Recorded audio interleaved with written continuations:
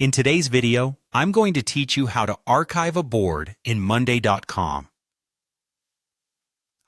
Fast and easy. Archiving a board can be a useful way to keep your workspace organized without permanently deleting valuable information that you might need in the future. With Monday.com, the archiving process is incredibly straightforward, so let's dive right into it. To start, locate the board within your Monday.com workspace that you wish to archive. Boards are typically found on the left side of your dashboard, listed under your workspace's main sections. Once you've identified the correct board, you'll notice a three-dot menu icon situated next to the board's name. This icon is your gateway to a variety of board management options, including archiving. Clicking on the three-dot menu opens a drop-down menu with several choices.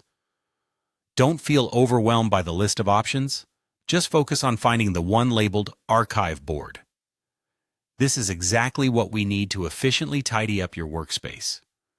Once you've clicked Archive Board, the board in question will be immediately hidden from view. The beauty of archiving, as opposed to deleting, is its reversibility. This means that while the board is no longer cluttering your active work lists, all the content remains intact and accessible if needed in the future. It's important to highlight that archived boards can always be restored. Monday.com has a dedicated section where all archived boards and items are stored.